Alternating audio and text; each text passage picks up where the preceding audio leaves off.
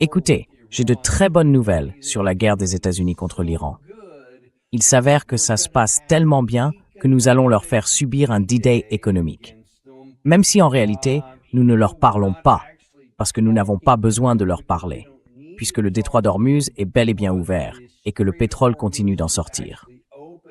Mais nous... Attendez une minute, quoi. Parce que toutes ces choses arrivent en l'espace de littéralement presque 24 heures. Des messages complètement contradictoires. Nous allons essayer de comprendre ce qui se passe, bordel. Nous sommes absolument ravis aujourd'hui de recevoir l'une des voix les plus intrépides et les plus assumées des médias indépendants. L'humoriste, commentateur et figure politique incendiaire, Jimmy Dore. Vous pouvez retrouver une grande partie du travail de Jimmy sur son excellente chaîne YouTube. Comme vous pouvez le voir derrière lui, vous pourrez aussi le voir en personne ici même, très bientôt, si vous le souhaitez. Mais pour l'instant, nous sommes ravis de vous accueillir parmi nous. Alors, Jimmy, bienvenue dans notre émission. C'est formidable d'être ici. Merci de m'accueillir. Cette présentation me flatte, ça me fait plaisir. Eh bien, vous l'avez mérité, je peux vous l'assurer. Mais écoutez, allons droit au but, parce que ces derniers jours, beaucoup d'informations vraiment confuses sont sorties de la Maison-Blanche. Alors commençons par là. D'abord, je crois que c'était il y a un jour environ, Trump a fait cette déclaration devant la Maison-Blanche en parlant de la façon dont la guerre se déroulait. En réalité, très bien.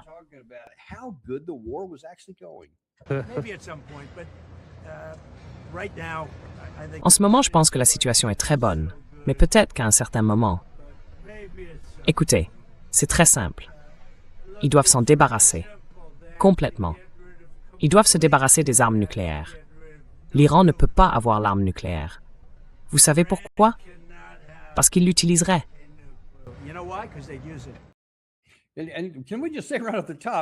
Et peut-on simplement dire d'emblée qu'ils doivent se débarrasser de leurs armes nucléaires? Ils n'en ont pas, du moins à notre connaissance aujourd'hui. Nous avons perdu nos inspecteurs à cause de nos activités précédentes. Mais au moins jusqu'au début de cette guerre, selon Tulsi Gabbard, alors directrice du renseignement national, ils n'en avaient toujours pas. Alors je ne suis pas sûr.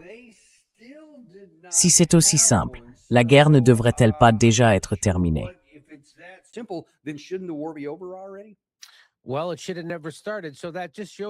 Eh bien, cela n'aurait jamais dû commencer. Ça vous montre bien que cette guerre n'a jamais été à propos de ça. Cette guerre portait sur autre chose. Je pense que plusieurs choses se sont combinées en même temps. Bien sûr, je pense qu'il s'agissait d'Israël. Leur objectif final a toujours été une guerre avec l'Iran. Depuis le début des années 90, ils disent que l'Iran est à 2 semaines de posséder une arme nucléaire. Donc c'était une forte motivation, n'est-ce pas?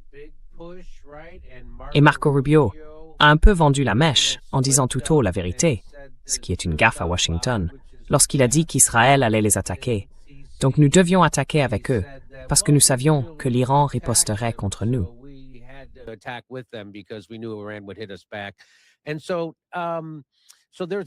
Et puis il y a ça.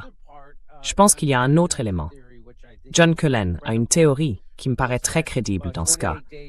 28 jours après qu'ils ont tué Charlie Kirk, Donald Trump a annoncé un accord de paix. Au départ, ils avaient cette grande idée de transformer Gaza en hôtel Trump et ce genre de choses. Et Jared Kushner devait prendre la tête de ce comité chargé de la reconstruction.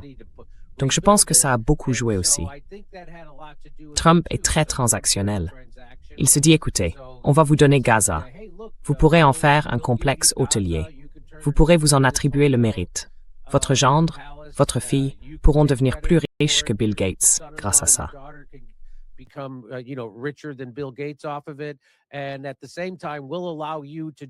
Et en même temps, on vous laissera faire vos trucs de crypto.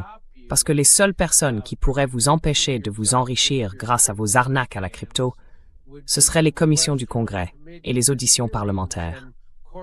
Et bien sûr, l'AIPAC contrôle le Congrès. Donc on veillera à ce que ça n'arrive pas. Ils lui ont donc donné toutes ces incitations. Et on sait que Trump est très transactionnel.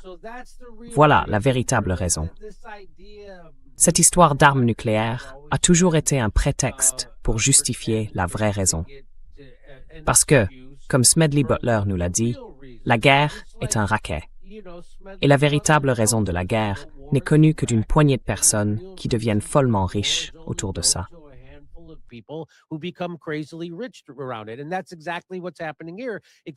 Et c'est exactement ce qui se passe ici.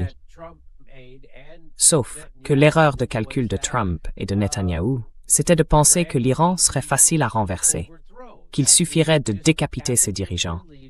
On a déjà des gens dans la rue parce qu'on a dévalué leur monnaie et qu'on leur a imposé ces sanctions terribles. Alors, on a détruit les retraites et l'épargne de tout le monde, et leurs banques ne valent plus rien. Il y a déjà des gens dans la rue, donc on pourrait simplement décapiter leurs dirigeants. Ils se soulèveraient et on réinstallerait Reza Pahlavi. Et là, je ne sais pas si vous le savez, mais il existe désormais beaucoup d'hypothèses crédibles selon lesquelles il travaillerait en fait avec Israël, presque comme un agent d'Israël, et qu'il serait en réalité juif. Bref, l'idée était qu'ils pensaient pouvoir installer leurs propres dirigeants et qu'ils seraient capables de faire ça.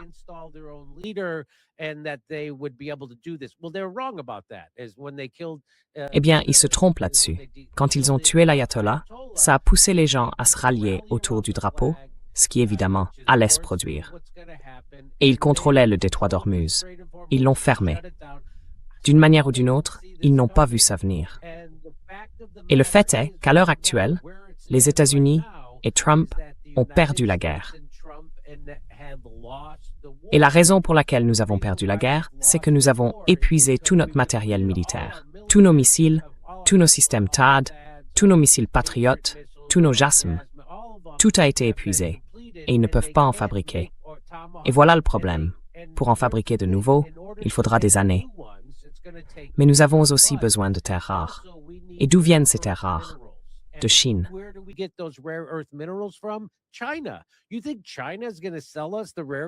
Vous pensez que la Chine va nous vendre les minerais de terres rares pour que nous puissions nous réarmer en vue d'une éventuelle guerre contre elle, si elle prend le contrôle de Taïwan? Ça n'arrivera pas. Donc, nous avons perdu la guerre.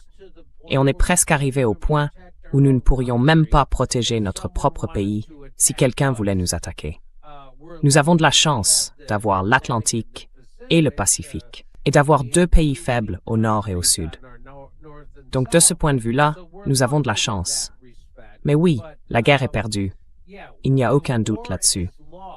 Et Donald Trump essaye de... Il n'arrive pas à trouver un moyen de se sortir de ça. Mais tout le monde sait que la façon pour lui de s'en sortir, c'est de... ce qu'il semble essayer de faire là. On dirait qu'il essaie de déclarer victoire. Oh, le détroit est ouvert. Ne vous inquiétez pas.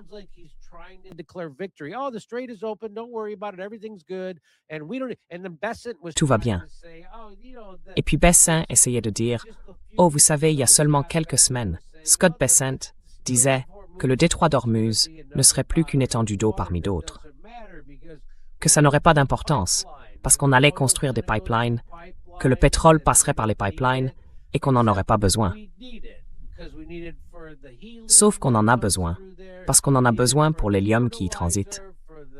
On en a besoin pour les engrais, pour toutes sortes d'autres choses extrêmement importantes qui passent par le détroit d'Ormuz, pas seulement le pétrole. Donc ils essayent de trouver des moyens de déclarer victoire, ce qui est bien. J'aimerais qu'ils déclarent simplement victoire et qu'ils rentrent chez eux. Et il semble que l'Iran et Oman vont désormais faire payer un péage.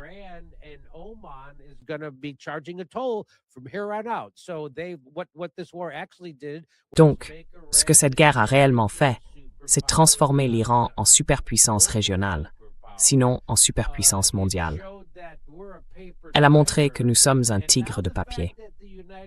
Et maintenant que le fait que les États-Unis sont un tigre de papier a été révélé, beaucoup d'autres choses vont probablement se produire. Par exemple, la Chine pourrait... Pourquoi ne ferait-elle pas le pas vers Taïwan maintenant? Nous n'avons plus de missiles. Nos stocks sont épuisés. Nous ne sommes pas le mastodonte que l'on prétend être. même si nous dépensons chaque année 10 fois plus pour notre armée que tous les autres pays réunis.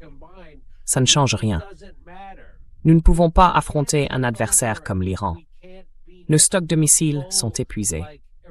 Et nous n'arrivons pas à recruter parce que les gens ne croient pas en la mission. Nous avons des soldats qui écrivent des messages anti-Israël dans la poussière, sur les avions qui décollent.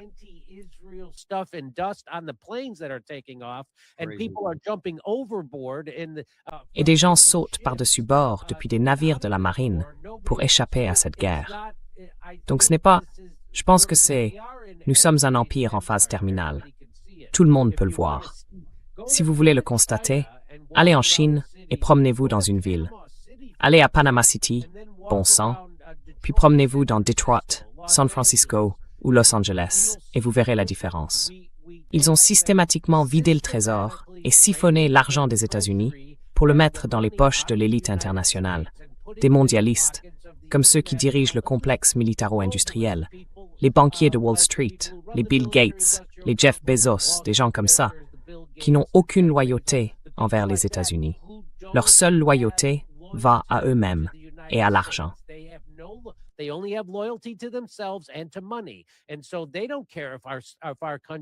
donc, ça leur est égal que notre pays ne bénéficie pas d'investissement. Et imaginez s'ils prenaient cet argent. J'en parlais justement à quelqu'un juste avant de venir dans l'émission. J'étais au téléphone avec quelqu'un et je lui disais, vous vous rendez compte qu'on a déjà dépensé 200 milliards de dollars dans cette guerre contre l'Iran pour rien. C'est ça. On n'en retire rien, à part des prix de l'essence plus élevés, plus d'inflation, des prix de l'énergie plus élevés. Imaginez si on prenait ces 200 milliards de dollars et que Trump annonçait « Hey, vous savez, j'ai un programme pour l'emploi. On va prendre 10 milliards de dollars et les donner aux 20 plus grandes villes des États-Unis. Et on va dire aux maires, investissez-les dans les infrastructures. Construisez des parcs, construisez des écoles, construisez des logements, construisez des routes. Faites ce que vous voulez. Améliorez vos ports, peu importe. On va vous donner 10 milliards de dollars.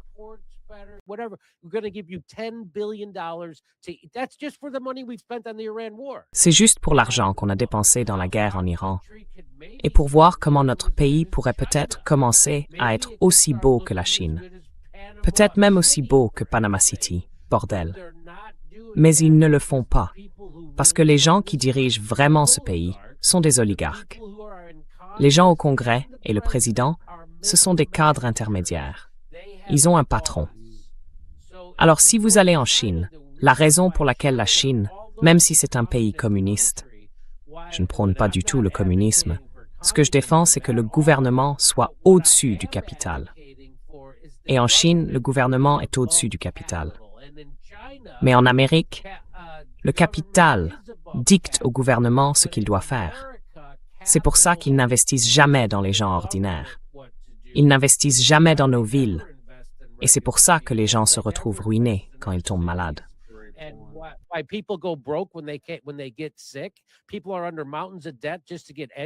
Les gens croulent sous des montagnes de dettes juste pour faire des études.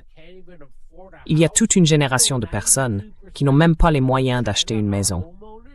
Vous savez, 92% des gens en Chine sont propriétaires. Voilà le problème ici. Et la seule chose qui puisse nous sauver aujourd'hui. Je sais que Tucker Carlson, Joe Kent et Marjorie Taylor Greene lancent un troisième parti, et je suis totalement pour, sans aucun doute. Mais ils vont être infiltrés, et ils vont aussi être récupérés, parce que ce qui récupère les partis, c'est l'argent.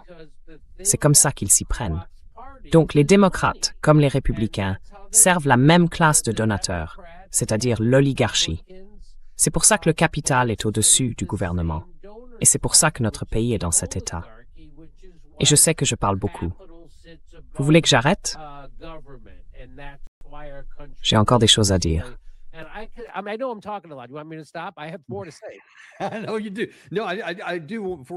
Non, vous. Non, moi. Avant de trop nous en éloigner, vous avez dit quelque chose il y a un instant sur lequel je veux revenir pour voir si vous avez des théories à ce sujet. Vous avez dit que lorsque le président Trump a écouté Netanyahou pour la première fois et a dit « D'accord, très bien, on va y aller », On va commencer cette guerre contre l'Iran. Ce sera une opération rapide, courte et brutale. On assassinera le dirigeant. Tout ira bien. Ils s'effondreront. Ils capituleront parce que, comme vous l'avez souligné, nous avions monté la population contre eux, avec la dévaluation de la monnaie et tout le reste. Et il a dit, mais apparemment, ils ne le savaient pas.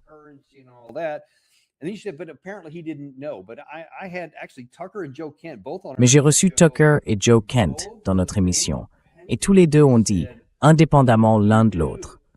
Oh, il était au courant. Nous lui en avons parlé précisément avant que la décision soit prise. Il a reconnu que les affirmations qui circulaient en coulisses, selon lesquelles cela allait se produire. Il a simplement répondu, oui, mais je vais quand même le faire. Vous avez des théories sur les raisons pour lesquelles il ferait quelque chose dont toute personne rationnelle dirait « Cela va nuire à mes propres intérêts, à mes intérêts politiques, à mes intérêts économiques. Et je vais faire quelque chose qui signifie qu'ils vont avoir le contrôle à cause de la guerre que je déclenche. » Qu'en pensez-vous?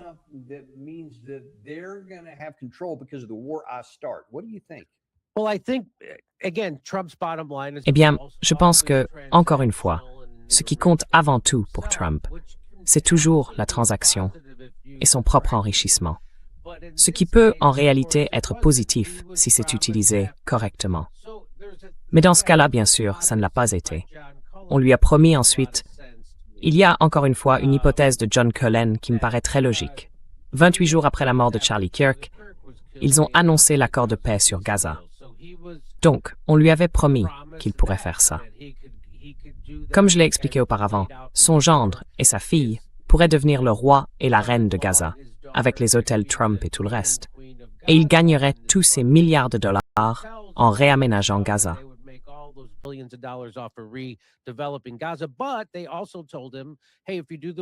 Mais ils lui ont aussi dit, « Hey, si tu fais la guerre, tu peux continuer toutes tes arnaques aux crypto-monnaies et gagner des milliards de dollars pour toi et tes enfants. Et on s'assurera que personne ne te poursuive et qu'il n'y ait pas d'audition au Congrès, parce que l'AIPAC contrôle une grande partie de tout ça. » Alors lui, il se dit, « D'accord, je me fiche que le pays souffre. Je me fiche qu'il y ait de l'inflation ou une hausse des prix de l'essence, tant qu'on me laisse gagner des milliards de dollars avec ces arnaques aux crypto-monnaies. » Et c'est ce qu'il fait. Ensuite, il peut aussi manipuler les marchés, ce qu'il a fait également quand il annonce « Oh, il y a un accord de paix », puis que le lendemain, il dit « Oh, la guerre a repris ».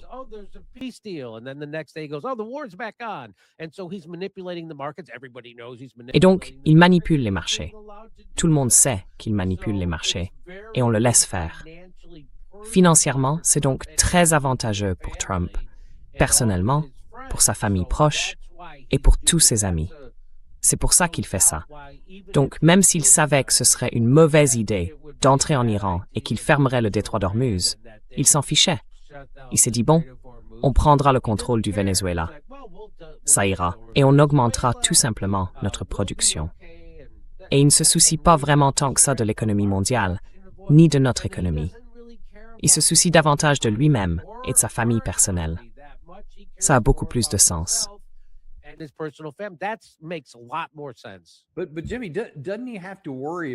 Mais, Jimmy, est-ce qu'il ne doit pas s'en inquiéter? Peut-être qu'il pense être au-dessus de ça, je ne sais pas. Mais à moins qu'il se produise ce truc étrange où il se présenterait en 2028, ce à quoi je ne crois absolument pas, peu importe le nombre de casquettes qu'il porte ou quoi que ce soit, eh bien il y a presque, enfin, premièrement, oublions 28. À partir de janvier 2027, il y aura presque certainement une chambre démocrate.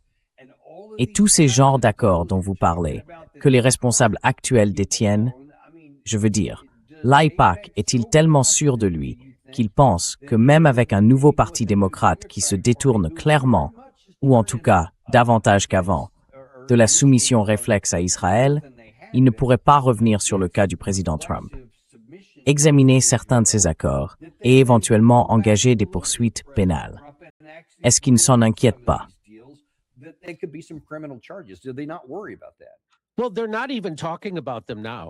Eh bien, il n'en parle même plus maintenant. Ils n'en font même plus un sujet de campagne.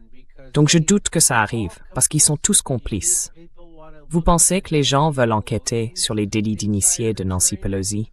Ils font tous des délits d'initiés. Alors, je suis sûr que personne ne veut faire l'objet d'une enquête.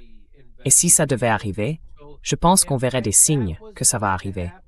Par exemple, ils feraient campagne là-dessus, ou ils en feraient un sujet quand ils passent à la télévision.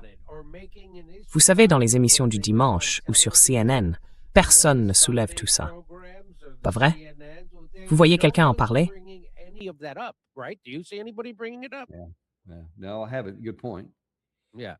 Non, je ne l'ai pas fait. Bonne remarque. Oui, donc non, j'en ai pas.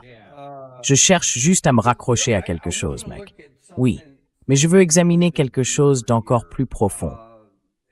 Je vous ai déjà entendu parler du fait que le président Trump, vous savez, avait fait campagne de manière très convaincante sur des promesses de ne pas faire la guerre. Je veux dire, vraiment, en 2016, c'était franchement l'une des raisons pour lesquelles j'ai voté pour lui à l'époque, parce qu'il était le seul. En face, il y avait Hillary Clinton, qui semblait avoir une obsession pour Varsovie. Je me suis dit, entre ces deux-là, je préférerais largement avoir ce type-là au pouvoir. Et dans l'ensemble, il a tenu parole sur ce point. Et cette fois-ci, il a très clairement fait campagne là-dessus, avec beaucoup d'insistance. Puis quelque chose a changé. Laissez-moi vous montrer ce montage de 2 vidéos différentes. L'une datant de sa soirée de victoire en 2024 et l'autre de son investiture cette fois-ci. Not on the 24, I mean, in 2024, and then another one at his inauguration this time. Nous voulons une armée forte et puissante. Et idéalement, nous n'aurons pas à l'utiliser. Vous savez, nous n'avons eu aucune guerre pendant des années. Aucune guerre, sauf que nous avons vaincu l'État islamique. Nous l'avons vaincu en un temps record, mais nous n'avons eu aucune guerre. Il disait, il va déclencher une guerre. Je ne vais pas déclencher une guerre. Je vais arrêter les guerres. Nous mesurerons notre succès, non seulement aux batailles que nous gagnons, mais aussi aux guerres auxquelles nous mettons fin. Et peut-être plus important encore, aux guerres dans lesquelles nous ne nous engageons jamais.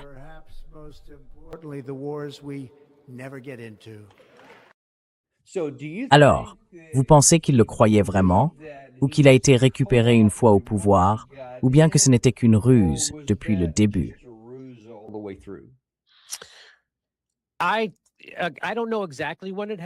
Je ne sais pas exactement quand ça s'est produit, mais ça s'est bien produit. Il a fini par comprendre. Et je pense que ce qui s'est passé, c'est qu'ils lui ont montré qu'ils avaient fait quelque chose d'horrible. Le 6 janvier était une opération psychologique du FBI, comme nous le savons. Et le but, c'était de le rendre inéligible à une nouvelle candidature à la présidence. Ils ont fait la même chose à Bolsonaro. Et ça marche, n'est-ce pas? Donc c'est la CIA qui fait exactement la même chose. Mais ça n'a pas marché ici, parce que Trump n'a pas suffisamment mordu à l'hameçon, n'est-ce pas? Alors ils n'ont pas pu prouver devant un tribunal qu'il avait ordonné cette insurrection. Donc ça n'a pas totalement marché, n'est-ce pas? Alors ils ont mené une guerre judiciaire contre lui. Ils ont même modifié les lois à New York pour que Eugene Carroll puisse engager sa procédure contre lui.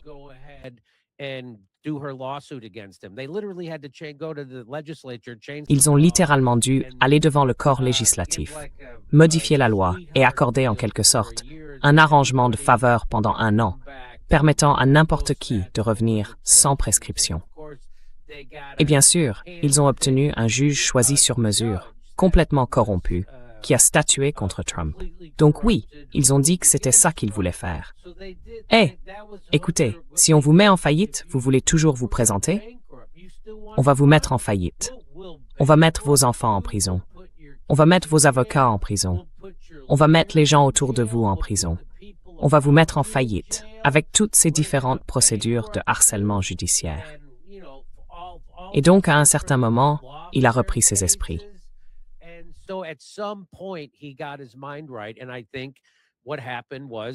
Et je pense que ce qui s'est passé, c'est que les Myriam Adelson, les Ackman et les gens qui tirent réellement les ficelles et dirigent le pays sont venus le voir et lui ont dit Hey, soit ça va continuer comme ça, soit tu joues le jeu avec nous. Et il a décidé de jouer le jeu. Alors ils lui ont dit, vas-y, fais campagne comme ça pour pouvoir gagner, mais tu es notre homme. Et c'est tout. Donc c'est ce qui s'est passé à un moment donné. Je ne sais pas quand, mais c'est la raison pour laquelle ils ont mené cette guerre judiciaire, en laissant faire Eugene Carroll. Et pourquoi ils ont engagé cette stupide guerre judiciaire immobilière contre lui. Encore une fois, tous ceux qui ont les idées claires savent que c'était de la guerre judiciaire et que tous les professionnels de l'immobilier font exactement la même chose.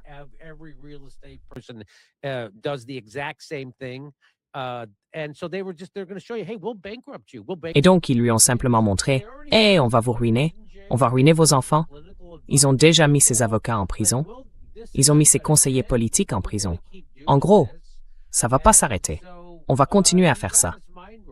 Alors, il a compris, sans aucun doute là-dessus. Et puis, pendant sa campagne, je pense qu'il savait que c'était une ruse. Et pour moi, c'était le plus gros coup de tapis jamais vu en politique. C'est incroyable. Barack Obama, c'était aussi un sacré coup de tapis quand il a fait semblant d'être du côté des gens ordinaires.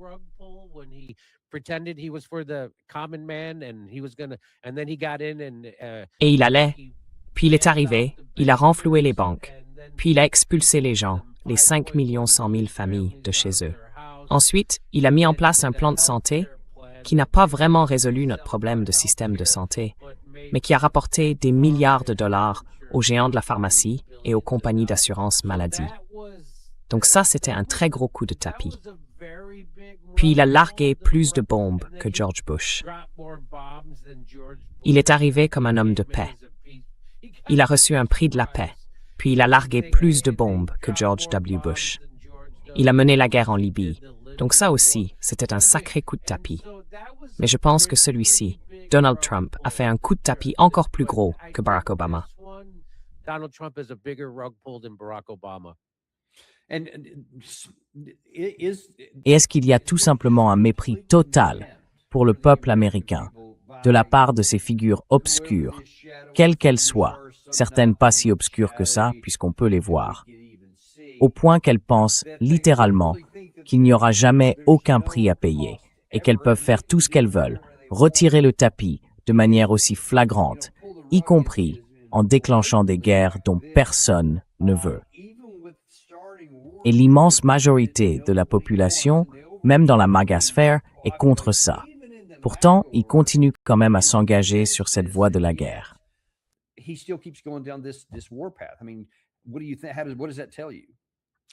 Je veux dire, qu'est-ce que ça vous dit? Moi, ça me dit que Trump est transactionnel à 100% et qu'il est la pire version de lui-même que tout le monde redoutait. Vous savez, les gens disent, vous ne saviez pas que c'était un escroc.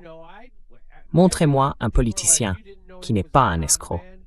Bien sûr, on savait tous que c'était un escroc, mais il avait 4 années de bilan sans déclencher de guerre. Il avait un bilan. Tous ses ennemis étaient les gens qui sont nos ennemis. Pas vrai? Les néoconservateurs, pas vrai? Et l'État profond, ils étaient tous ses ennemis. C'était eux qui essayaient de le mettre en faillite. C'était eux qui, quand il a ordonné le retrait des troupes de Syrie, lui ont menti en disant « D'accord, on va les retirer », alors qu'ils ne le faisaient pas.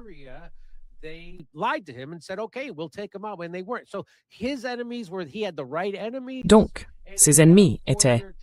Il avait les bons ennemis. Il avait aussi un bilan de 4 ans sans guerre. Et on sait que l'establishment était contre lui. Ce qu'on ne savait pas, c'est qu'il avait secrètement conclu un accord avec l'establishment pour faire tout ce qu'il voulait dès qu'il serait élu. Et donc en ce moment, il y a beaucoup d'argent en jeu, vous voyez, avec l'enquête sur Charlie Kirk. Il y a beaucoup d'argent à gagner pour des gens comme Dan Bongino, Kash Patel et tous les influenceurs qui autrefois soutenaient la divulgation des dossiers Epstein et disaient qu'il ne fallait jamais faire confiance au FBI. Et maintenant, ils sont tous... Bien sûr, il y a beaucoup d'argent de l'AIPAC qu'ils reçoivent pour mentir sur tout ça.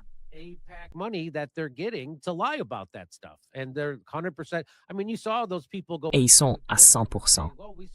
Je veux dire, Vous avez vu ces gens entrer dans la salle d'audience et dire « Eh bien, on a vu une vidéo en 4K de Tyler Robinson tirant le coup de feu. » Évidemment, c'était « et ils mentent ouvertement ». Mais le problème, c'est que ça contribue à diviser le pays.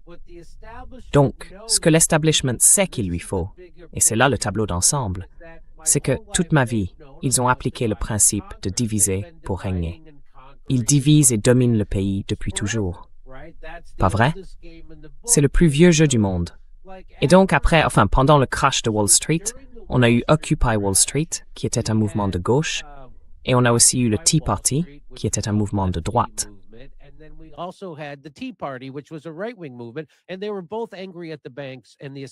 Et ils étaient tous les deux en colère contre les banques et l'establishment à cause de ce qui se passait.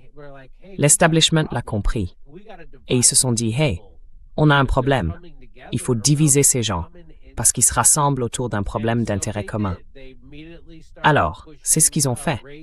Ils ont immédiatement commencé à pousser le racisme avec votre voisin et le terroriste. Il y a des nazis, il y a des suprémacistes blancs et tout ça. Ensuite, ils ont commencé à promouvoir le mouvement trans pour que les gens ordinaires détestent encore plus la gauche. Donc tout ça, ce sont des idées, des initiatives de l'État profond pour nous maintenir divisés. Et ils recommencent. Et on va tuer Charlie Kirk, puis on va accuser les personnes trans, les furries et la gauche, et ça nous gardera divisés. Et donc maintenant, l'argent qu'ils donnent à ceux de droite. Il n'y a aucune chance que ces influenceurs aient cru voir une vidéo montrant une version en gros plan, en 4K, de Tyler Robinson tirant le coup de feu, alors que l'accusation a déjà reconnu devant le tribunal qu'il n'existe aucune vidéo de ça.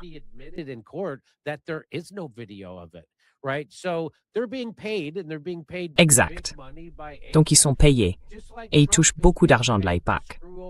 Et tout comme Trump est payé pour baiser notre pays, de la manière que je viens de décrire, pour mener cette guerre contre l'Iran et laisser Charlie Kirk se faire assassiner puis étouffer l'affaire, ces gens-là sont généreusement payés pour diviser le pays. Et c'est ça l'objectif. Et ils remplissent leur rôle. Et ils n'ont aucune intégrité. Alors, si l'establishment a pris le contrôle des médias traditionnels, vous ne pouvez rien croire de ce que vous lisez dans le New York Times ou le Washington Post, ni de ce que vous voyez sur Fox, CNN ou MSNBC. Il faudrait être un pigeon pour croire ça. Et pourquoi ne prendraient-ils pas aussi le contrôle de l'espace des médias indépendants? Ce qu'ils ont fait.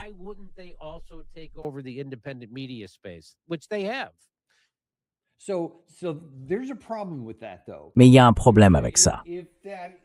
Si tout ce que vous dites est parfaitement exact et qu'il ne s'agit que de transactions, de gagner un maximum d'argent et tout le reste, alors il y a un problème à réussir au niveau où ils ont réussi. Parce que ce que nous vivons ici a un coût réel. L'un des problèmes actuels avec le détroit d'Ormuz et le détroit de Bab el-Mandeb, qui sont de fait fermés, ou au moins fortement restreints, c'est que nous commençons à manquer de toutes nos réserves terrestres. Et c'est mondial. Il ne s'agit pas seulement de la réserve stratégique américaine. Ce sont toutes les formes de stocks mondiaux de pétrole qui sont en train d'être ponctionnées, à l'instant même, pour maintenir les prix stables.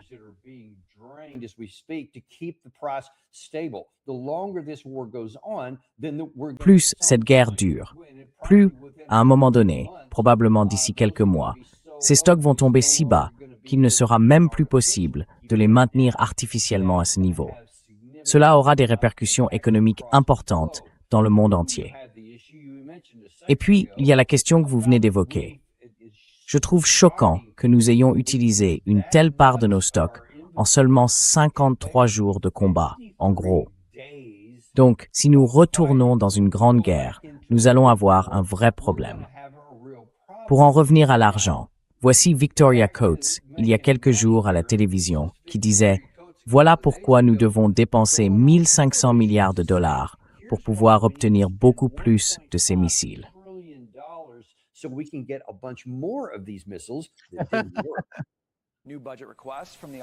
Les nouvelles demandes budgétaires des forces armées prévoient près de 14 000 nouveaux missiles et plus de 850 intercepteurs THAAD pour la seule année 2027.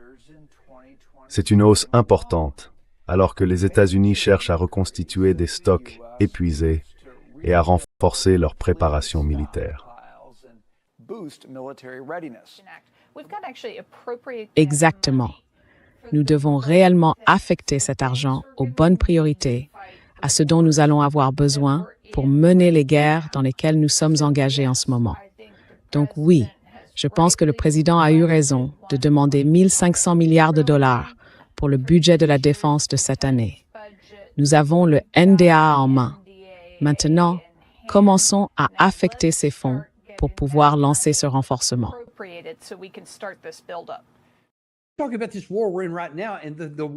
En parlant de la guerre dans laquelle nous sommes actuellement, ce projet de loi se projette sur 7 ans. C'est le temps qu'il faudrait au minimum, même pour espérer atteindre ces objectifs. Mais Jimmy, ces missiles ne sont même pas efficaces. Pourquoi continuer dans une voie que nous ne pouvons pas soutenir, alors que ça ne servira à rien ici? Parce que si nous entrons en guerre, si cette guerre reprend, restons pour l'instant au Moyen-Orient, avec l'Iran, nous serons vraiment dans une situation très difficile. Surtout parce que les producteurs de pétrole de la région pourraient très bien partir en fumée.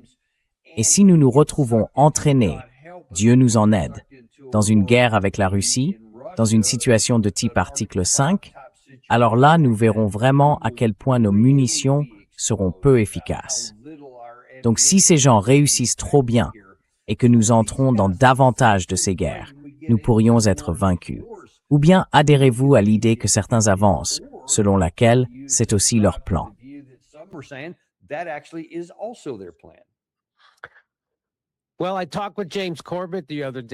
Eh bien, j'ai parlé avec James Corbett l'autre jour, et il a expliqué que la montée de la Chine avait été orchestrée par la même élite mondiale qui dirige réellement tout.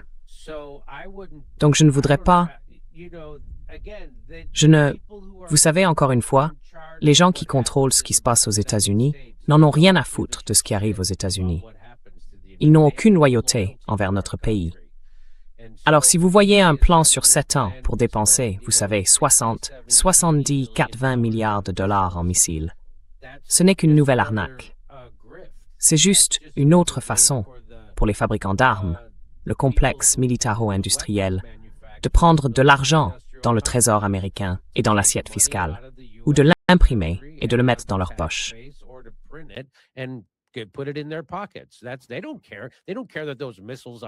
Ils s'en moquent. Ils se moquent que ces missiles ne soient pas efficaces. Vous croyez que ça les intéresse? Ils s'en moquent. En fait, je parie que ça les réjouit qu'ils ne soient pas efficaces. Parce que la guerre dure plus longtemps et qu'ils peuvent fabriquer davantage de missiles, n'est-ce pas? Ils ne veulent pas que les guerres s'arrêtent.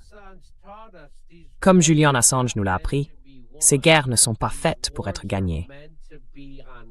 Elles sont faites pour durer, afin qu'ils puissent prendre l'argent des trésors publics des pays occidentaux et le transférer à l'État sécuritaire international. Et c'est exactement ce qui se passe.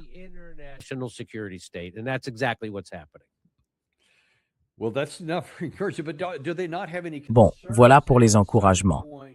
Mais est-ce qu'ils ne craignent pas qu'à un moment donné, on puisse perdre une guerre et qu'ensuite, vous ne puissiez plus continuer à vous battre?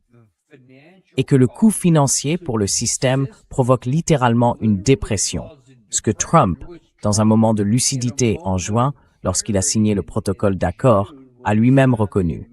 Je ne veux pas être Hoover. Mais franchement, si vous continuez sur cette voie, comment même ces types-là pourront-ils réussir si l'économie sur laquelle ils reposent s'effondre?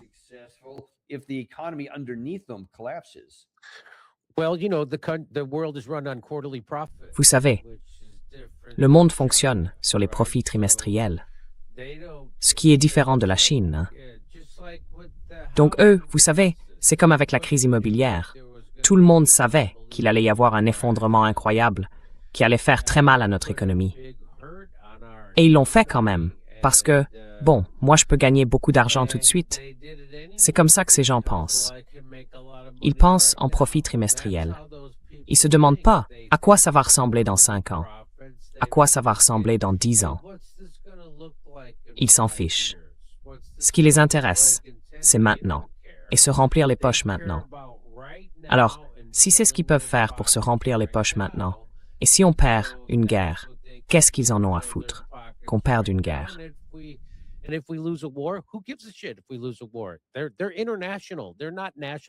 Ils sont internationaux, ils ne sont pas nationaux, comme je l'ai dit. Et ils trouveront toujours un moyen de gagner de l'argent. Et la guerre, c'est un racket. Et les gens qui savent vraiment de quoi parlent les guerres. La guerre en Ukraine n'est pas ce que les gens pensent. La guerre en Iran n'est pas ce que les gens pensent. Toute l'affaire Maduro n'est pas ce qu'ils pensent. Rien n'est jamais ce qu'ils pensent que c'est. Et donc, je veux dire, pour la guerre en Ukraine, ils pensaient que la Russie était bien plus faible qu'elle ne l'était. Et ils pensaient pouvoir balkaniser la Russie. Ils pouvaient pousser des gens à se soulever contre Poutine et la morceler.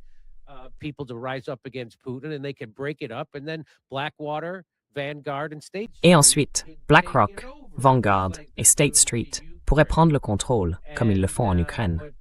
Mais ils se sont trompés là-dessus, parce que la Russie, Poutine, s'est alors rapproché de la Chine. C'est justement la seule chose contre laquelle tout le monde avait mis en garde. De gens comme Henry Kissinger, à Noam Chomsky, et tous ceux entre les deux, tous disaient « Vous ne voulez pas faire ça ». Ils l'ont fait quand même, parce qu'ils pensaient qu'il y avait une possibilité de gros profits trimestriels. Et donc, ça se passe pas comme ça. Mais maintenant, ils s'y obstinent quand même. Genre, bon, la guerre en Ukraine continue, alors on va juste la faire durer aussi longtemps qu'on le voudra.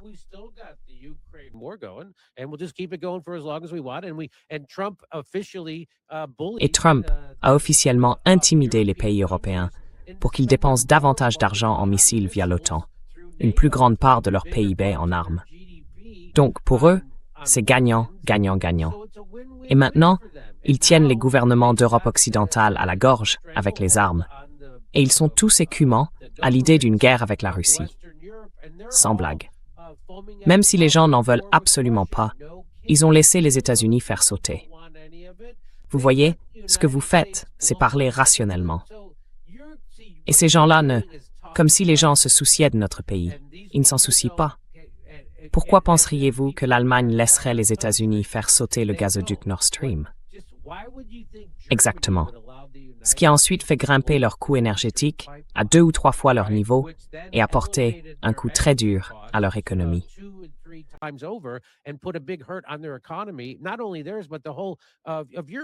Pas seulement les leurs, mais ceux de toute l'Europe. Voilà.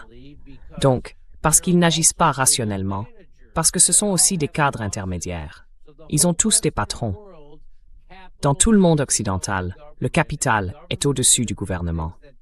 Et le gouvernement va faire des choses qui n'aident pas les gens, qui n'aident pas sa propre économie, mais qui leur permettent, à eux personnellement, de remplir leurs poches. Et tout le monde parle du problème avec la Chine. Il n'y aurait pas de concurrence, il y aurait le communisme et un seul contrôle centralisé. Eh bien, regardez où nous en sommes. Comme Marc vient de le dire, le capitalisme se dévore lui-même.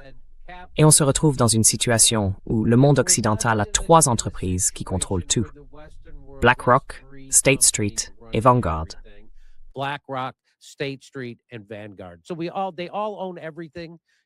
Donc, ils possèdent tout. Et c'est pour ça qu'il n'y a pas vraiment de concurrence sur le marché. Et c'est pour ça que le monde occidental est dans l'état où il est, contrairement à ce qui se passe en Chine. C'est assez incroyable. Et la seule chose qui peut sauver ça, ce n'est pas que vous l'ayez fait, mais c'est ce que j'ai dit à Joe Kent quand il... Vous savez, il pense que voter compte encore. Regardez Daniel Davis. Dites-moi si vous pensez que voter compte.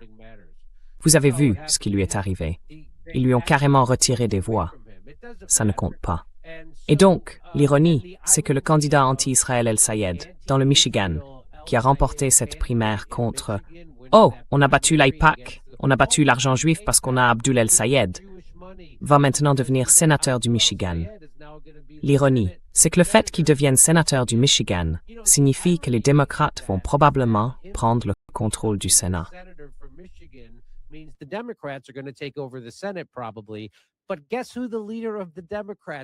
Mais devinez qui dirige les démocrates au Sénat? Le plus grand sioniste au monde, Chuck Schumer.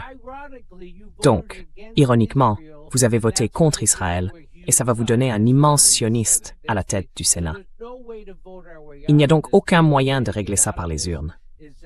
La seule façon d'en sortir, c'est que la situation devienne si mauvaise dans ce pays que les travailleurs se soulèvent et prennent le contrôle, comme l'ont fait les routiers au Canada. Et c'est ça qu'ils craignent vraiment. Donc si les routiers ou les cheminots ne travaillaient pas pendant une semaine et mettaient le capitalisme à l'arrêt, c'est la seule chose qui... Et ensuite, il faut y associer une revendication. D'accord? Ça, c'est une vraie manifestation. Quand les routiers et, disons, les cheminots et les dockers ne se présentent pas au travail, ça arrêterait tout. C'est fini. La partie est terminée.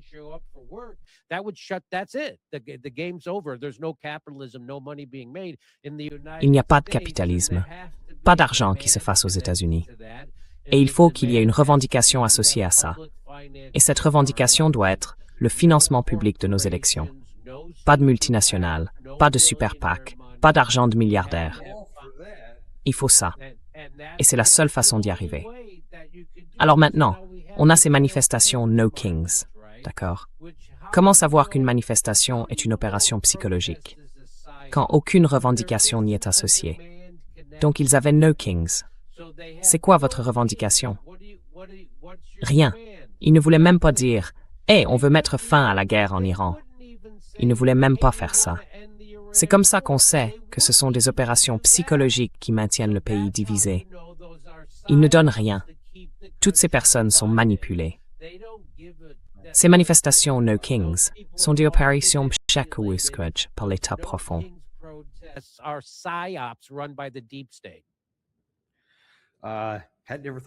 Je n'y avais jamais pensé sous cet angle. Il y a une autre chose sur laquelle je veux vous interroger. Vous avez dit que beaucoup de ces choses ne sont pas ce qu'elles semblent être. Vous avez dit l'opération au Venezuela n'est pas ce qu'elle paraît. Or, ce qu'elle semblait être, c'était que Trump voulait simplement y aller pour prendre leur pétrole. Et il s'en vante tout le temps. Qu'est-ce que vous répondez à ça?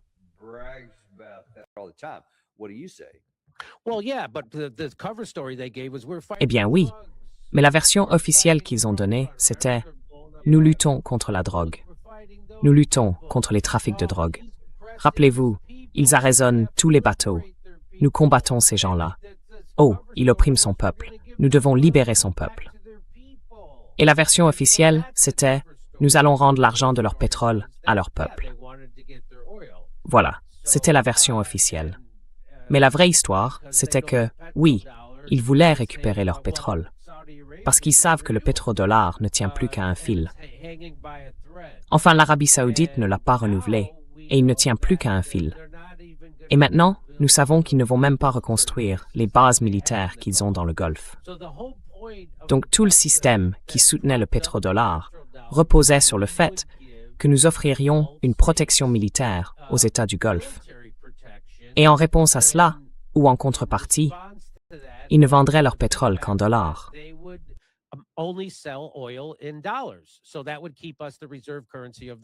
Cela nous permettrait donc de rester la monnaie de réserve mondiale, ce qui soutient notre économie, ce qui nous permet d'imprimer 2000 milliards de dollars de plus par an que ce que nous percevons en impôts, n'est-ce pas? Mais maintenant, ils se rendent compte que toutes ces bases militaires ne servent à rien, n'est-ce pas? Dès qu'il y a eu une guerre, l'Iran les a toutes frappées et elles ont tout simplement été détruites. Et les États-Unis n'ont même pas pris la peine d'essayer de protéger les États du Golfe. Le masque est tombé, ils ont essayé de protéger Israël, et donc maintenant, ils le savent. Et maintenant, il a même été dit, je crois avoir vu un article dans le Military Times, qu'ils ne vont pas reconstruire ces bases militaires. Alors s'ils ne vont pas le faire, quel intérêt les États du Golfe ont-ils à continuer de suivre les États-Unis?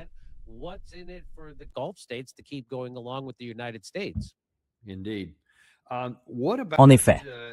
Et qu'en est-il? Y a-t-il un lien avec Cuba? Que pouvez-vous nous dire sur les raisons de ces affirmations générales, soudaines, selon lesquelles il constituerait une menace mondiale et chercherait à détruire l'Amérique? Ce qui se passe à partir de là, c'est ce qu'a déclaré l'autre jour le secrétaire d'État Marco Rubio. Qu'est-ce qui se cache derrière ça?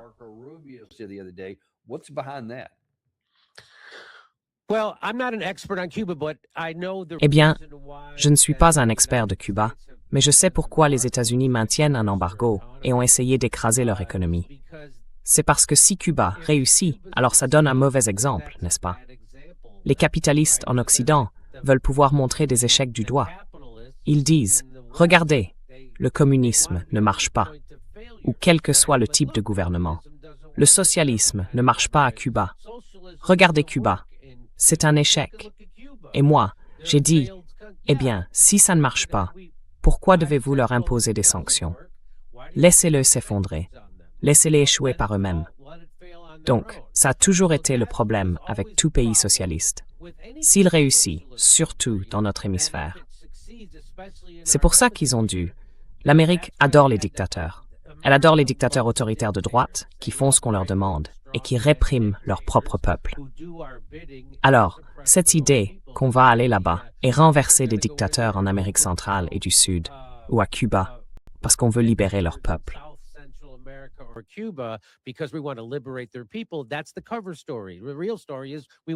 C'est la version officielle.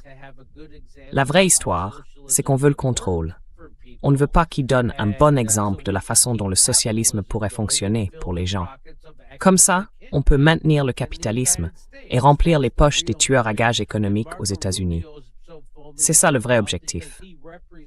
Et Marco Rubio écume tellement de rage parce qu'il représente un groupe d'expatriés cubains qui étaient à l'époque ceux qui opprimaient réellement le peuple. Ils veulent se venger de Castro et de Cuba. Ils veulent récupérer leur argent et leurs terres. Donc, il représente ces gens-là. Et c'est pour ça qu'il est si rageur et si violent sur ce sujet. C'est ce que je pense.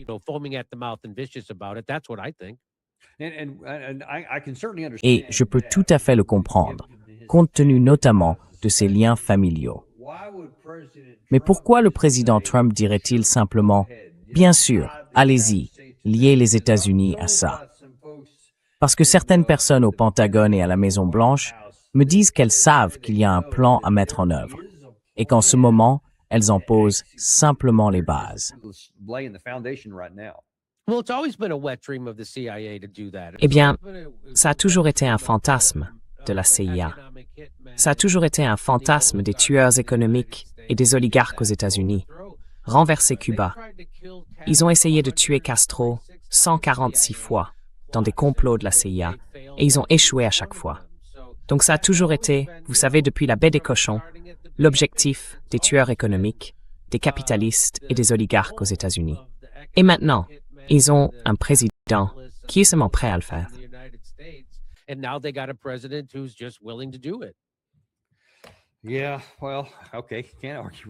Oui, bon, d'accord, on ne peut pas non plus contester ça. Passons à un autre sujet, mais qui est lié à beaucoup de choses dont nous parlons ici. Peut-être qu'il y a plus de liens que je ne le réalise. Epstein, le président Trump, Kash Patel, Dan Bongino ont été catégoriques pendant la campagne de 2024. Les dossiers Epstein, nous voulons que les responsables rendent des comptes. Les partisans de MAGA, et en fait des gens de tous bords, quel que soit leur parti politique, veulent que justice soit rendue à ces femmes qui ont subi des abus. Ils en ont assez de ces élites qui les maltraitaient, et ainsi de suite. Et puis je pense que nous savons tous ce qui s'est passé ensuite. Bongino et Kash Patel ont soudain dit « Ah, en fait, il n'y a rien à voir. Que s'est-il passé ?»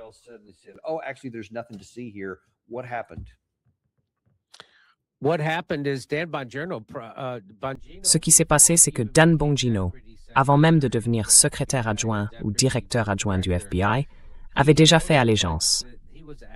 On lui a demandé dans une vidéo « Quelle est la cause qui vous tient le plus à cœur ?» Et il a répondu « Israël ». Enfin, ça vous montre tout de suite, non?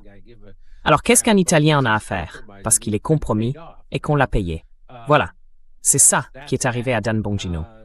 Il est donc motivé à mentir. Et puis, s'il ne le fait pas, vous savez, le Mossad ne plaisante pas. Ils adorent commettre des assassinats politiques et s'en vanter. Et s'ils ne vous assassinent pas, ils vous rendront la vie impossible d'autres manières.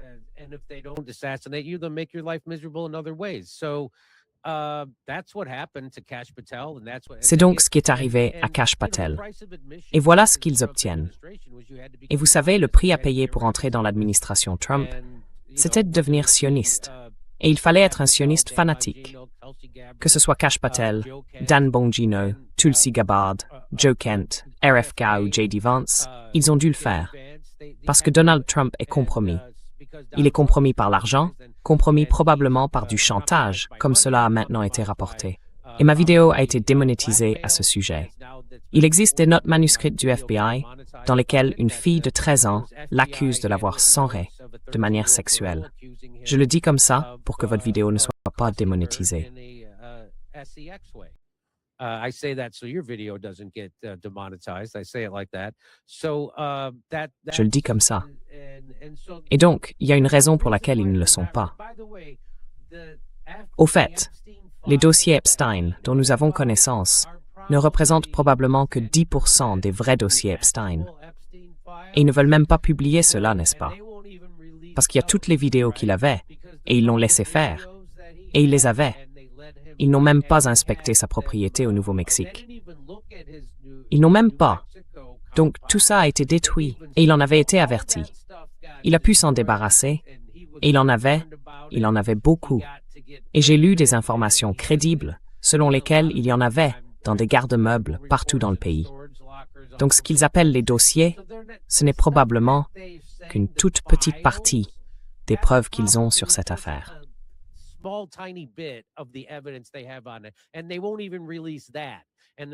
Et ils ne veulent même pas publier ça.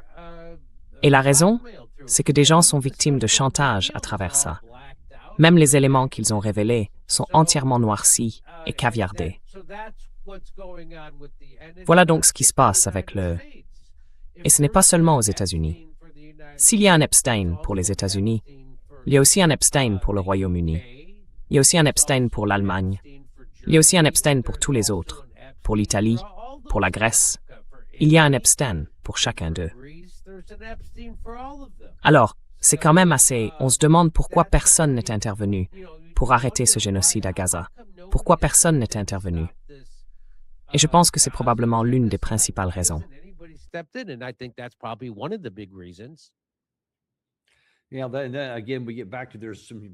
Et là encore, on revient au fait que tout ça a des conséquences profondes dans le monde réel. Ça va bien au-delà de l'argent. Des gens meurent en grande partie à cause de ça.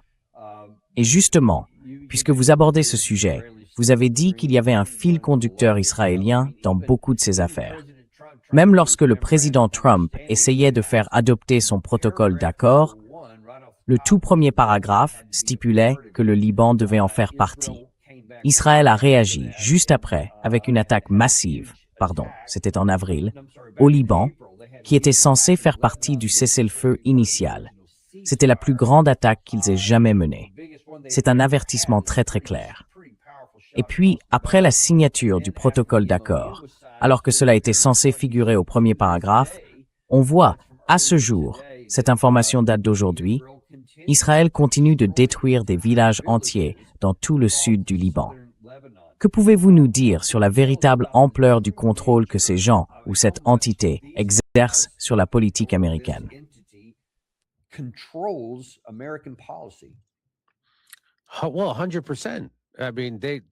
Eh bien, à 100%. Je veux dire, ils ont le droit de faire tout ce qu'ils veulent.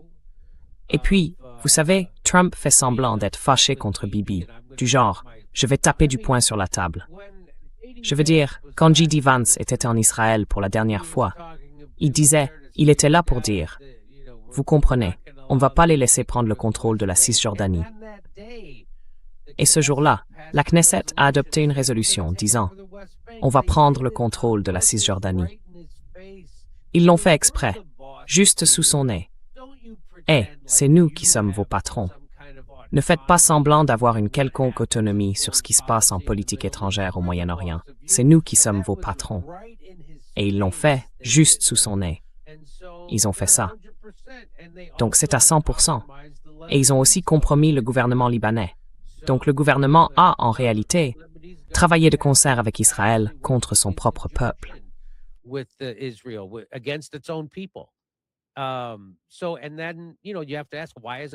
Alors, vous savez, il faut se demander pourquoi aucun autre pays n'est intervenu. Et voilà. Et regardez, donc oui, encore une fois, il y a un Epstein dans chaque pays. Il y a tout ça. En plus, ils ont de riches donateurs qui financent tous ces politiciens. Et c'est comme ça qu'ils ont essayé de contrôler Charlie Kirk.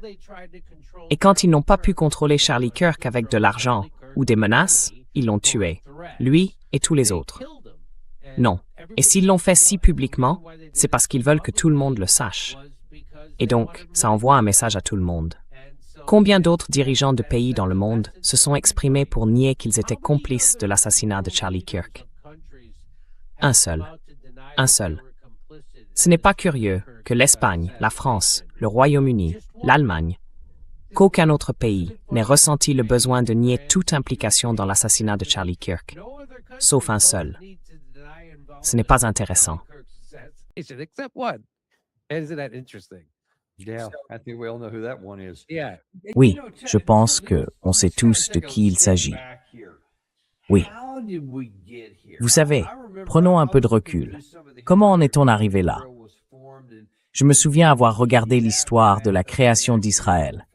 Dans les tout premiers temps qui ont suivi, en fait avant, avec les Britanniques, même avant la Seconde Guerre mondiale, mais surtout juste après la Seconde Guerre mondiale, il y avait aux États-Unis beaucoup d'opinions très négatives à l'égard des Juifs, de manière générale, à tel point que certains navires entiers de personnes victimes de l'agression nazie n'ont même pas été autorisés à débarquer aux États-Unis. Comment est-on passé de cette situation, puis du président qui a d'abord approuvé 1948 et tout ça, à une situation où nous sommes maintenant contrôlés par ce tout petit pays? Comment cela s'est-il produit?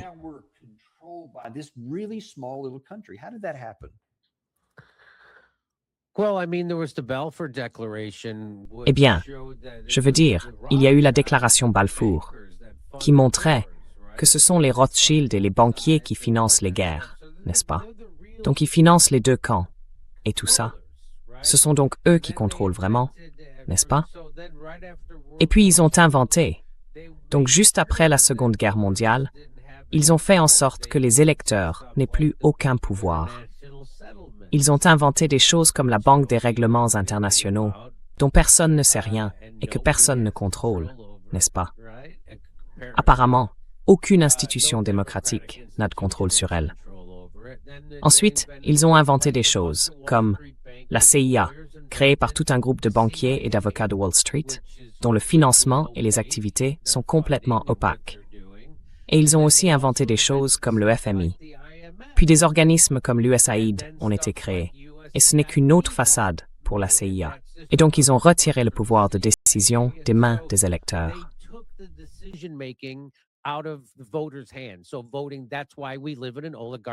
Donc, le vote, c'est pour ça que nous vivons dans une oligarchie, comme l'a démontré une étude de Princeton en 2015. Peu importe que 80 ou 90% des gens votent d'une certaine manière. Leurs souhaits et leur volonté ne se retrouvent jamais dans la législation. Vous savez quelle volonté, elle, se retrouve dans la législation? Celle des oligarques, des personnes les plus riches du pays. S'ils veulent que quelque chose se produise, cela se retrouve dans la législation.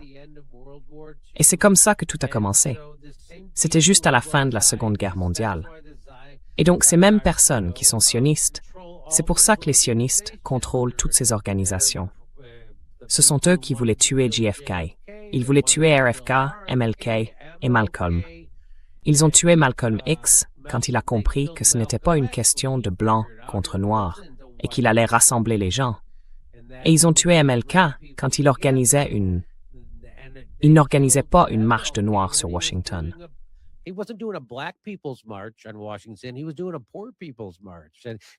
Il organisait une marche des pauvres. Alors, les gens qui commencent à rassembler les gens, il faut s'en débarrasser. Et donc, ils agissent tous de concert avec les mêmes grands intérêts financiers. Et les gens qui sont derrière Israël sont de grands intérêts financiers, à commencer par les Rothschild, qui sont les maîtres marionnettistes, ceux qui tirent les ficelles et qui financent les guerres des deux côtés. C'est comme ça qu'on en est arrivé là. Et puis bien sûr, ils ont le Mossad. Et puis ils ont l'AIPAC. Et l'AIPAC n'en est qu'une petite partie. les gens pensent que ce n'est que l'AIPAC. Non, l'AIPAC s'aligne avec tous les autres donateurs juifs et les donateurs sionistes, qui sont innombrables. D'accord? Ce n'est pas seulement l'AIPAC. Voilà. Et c'est comme ça qu'on en est arrivé là.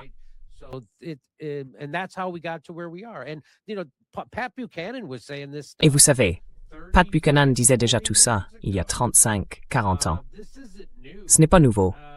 C'est juste que maintenant, parce qu'on a des émissions comme celle-ci, on a un semblant de médias indépendants. Les gens peuvent en parler. Ils n'en parleront toujours pas dans les médias contrôlés par les sionistes, c'est-à-dire tous les médias traditionnels. Mais on peut en parler dans des émissions comme celle-ci. Donc davantage de gens en ont conscience. Et quand ils commettent des crimes, c'est pour ça qu'ils ont dû prendre le contrôle de TikTok. C'est pour ça qu'ils ont dû prendre le contrôle de CNN. C'est pour ça qu'ils ont dû prendre le contrôle de CBS, ouvertement, en pleine face. Exactement. Et ils continuent de vous traiter d'antisémites si vous dites que les médias sont contrôlés par les sionistes. Mais bien sûr que c'est le cas. Et ce n'est pas là que l'antisémitisme ne marche plus. Cette accusation-là ne marche plus.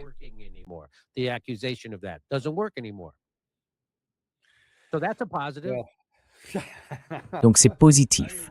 Je veux dire, on prend ce qu'on peut, là où on le trouve. Mais il reste évidemment encore un très, très long chemin à parcourir. Je voudrais, dans le peu de temps qu'il nous reste, regarder un peu la situation au niveau mondial. Parce que ce dont vous parlez avec les Rothschild, ou, vous savez, certaines de ces questions liées à l'AIPAC, ou tous ces liens-là, tout cela est en grande partie international, comme vous le dites, surtout dans l'ensemble du monde occidental, avec l'Europe.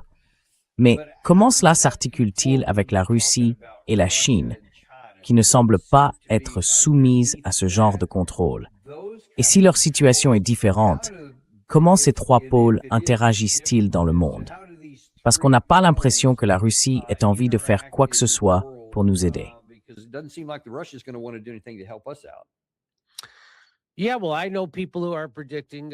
Oui, enfin, je connais des gens qui prédisent une guerre mondiale, vous voyez? Et on dirait que c'est exactement ce qu'ils veulent. Les gens des deux côtés.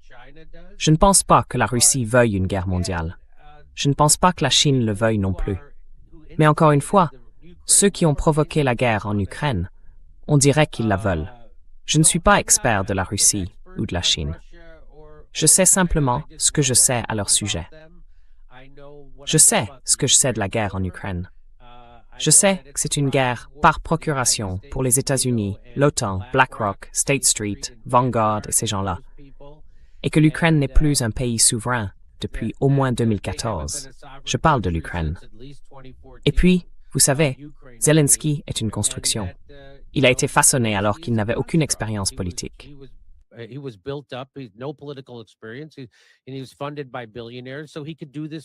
il était financé par des milliardaires pour pouvoir mener cette guerre. C'est de ça qu'il s'agit. Ils avaient un accord de paix. Ils avaient un accord de paix quelques semaines après le début de la guerre. Entre guillemets, le début de la guerre. Ils avaient un accord de paix et tout le monde l'avait accepté. Et puis bien sûr, vous savez, Boris Johnson, le larbin des oligarques, est venu dire à Zelensky, « Si vous faites ça, ils vont vous tuer. » Et les nazis du bataillon Azov lui ont dit la même chose. « Si vous concluez un accord de paix, on vous pendra à un lampadaire à Kiev. » Alors il ne l'a pas fait. Donc c'est un bon petit garçon. Et maintenant, Trump aussi est un bon petit garçon. Le type qui allait mettre fin à cette guerre en 24 heures dit maintenant, « Non, continuons à la faire durer dans les guerres mondiales. »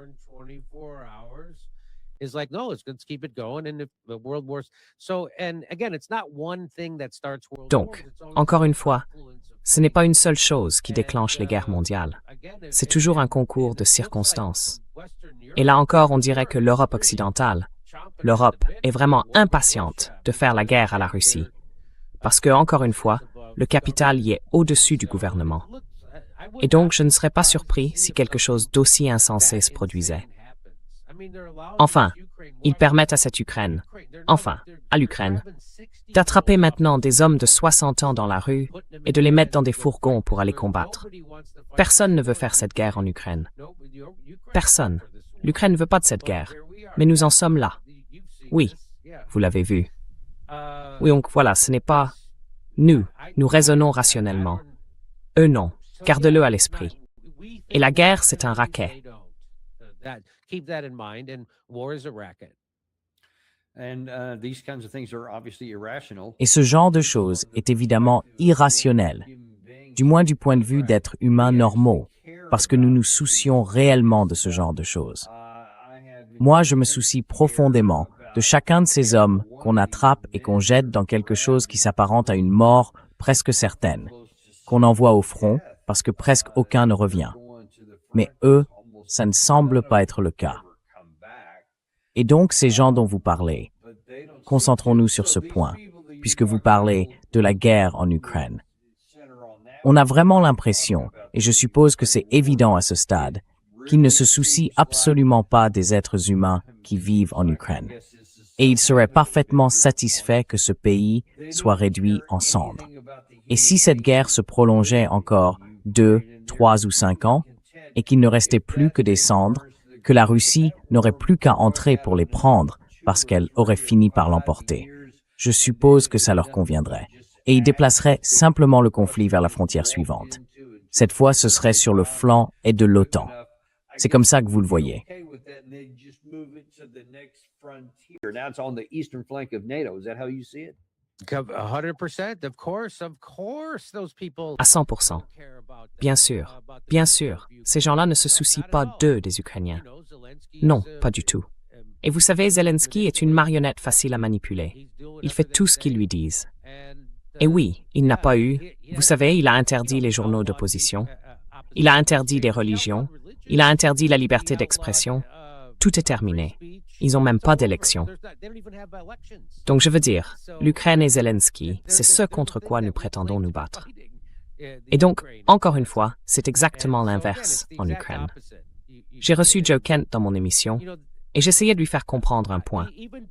Il disait que lorsque Biden est arrivé au pouvoir, l'Iran s'était remis à ses sales coups et a tué.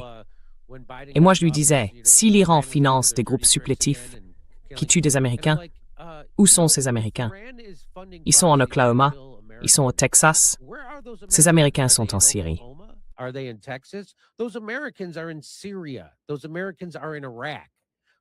Ces Américains sont en Irak. Ces Américains sont en Libye. Nous ne devrions pas être dans ces pays, pour commencer. Et vous savez, sa femme a été tuée en combattant en Syrie pour que nous puissions installer l'ancien chef coupeur de tête d'Al-Qaïda à la tête de la Syrie. Et maintenant, il est accueilli à bras ouverts à la Maison-Blanche, alors que l'autorisation de recourir à la force militaire est toujours en vigueur. C'est ce qui permet à Trump de mener toutes ces guerres sans déclaration de guerre du Congrès, parce que nous sommes censés combattre les terroristes qui nous ont attaqués le 11 septembre. Sauf que maintenant, nous accueillons ces terroristes à la Maison-Blanche et à Downing Street, au Royaume-Uni. Ce sont nos super meilleurs copains. Alors j'ai essayé de lui faire comprendre que, vous savez, nous ne devrions pas être là dès le départ, et que les terroristes ne sont pas les méchants. Les terroristes, c'est nous, espèce d'andouille.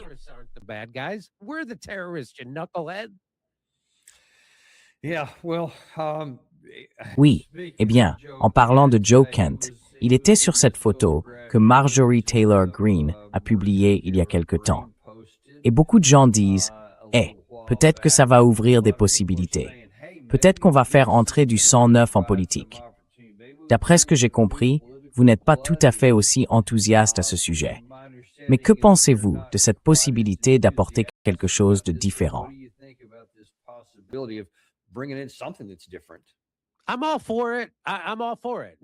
Je suis totalement pour.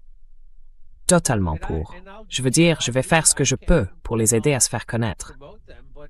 Mais vous savez, il y a l'histoire des troisièmes partis aux États-Unis. J'ai eu ce même genre d'idée après 2016. Je l'ai eu quand les démocrates ont triché contre Bernie. Bernie a gagné cette primaire.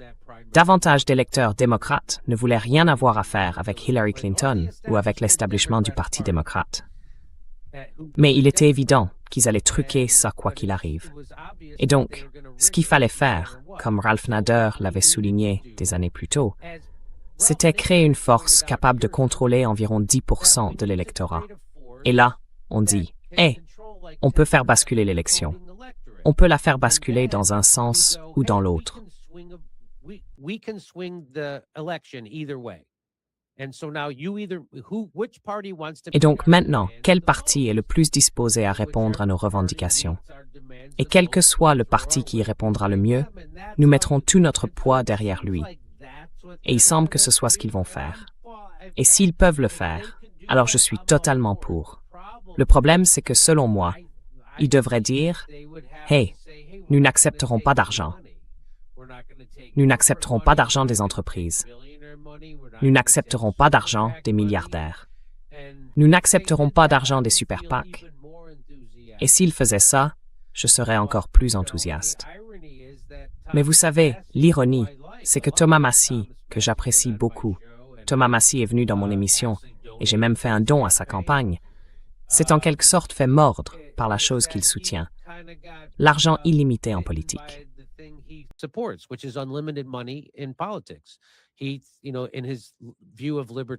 Lui, vous savez, dans sa vision du libertarianisme, on ne peut pas encadrer l'argent.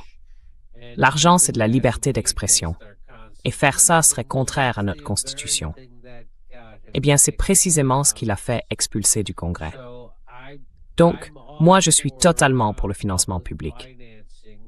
Et ils disent, bon, vous savez, Joe Kent a fait remarquer dans mon émission que vous avez un problème avec la Cour suprême, parce qu'elle a déclaré que l'argent était une forme de liberté d'expression.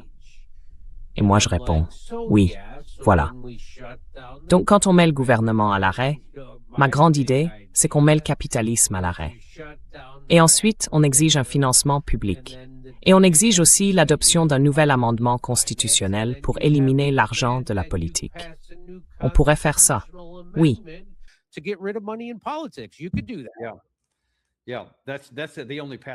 Oui, c'est la seule voie que je vois. Je veux dire, cette décision Citizens United en 2010, ça a été la meilleure chose qui puisse arriver aux rapaces de l'argent des entreprises, parce que c'est ce qu'ils font. Ça leur donne un contrôle total. Et tant qu'on n'aura pas modifié ça dans la Constitution, c'est la seule voie que je vois. Après, les choses deviennent possibles. Mais il y a encore pas mal de chemin à parcourir pour y arriver. Mais nous essayons. Écoute, Jimmy, je ne peux pas te dire à quel point j'apprécie que tu sois venu aujourd'hui. Ça a été une vraie bouffée d'air frais.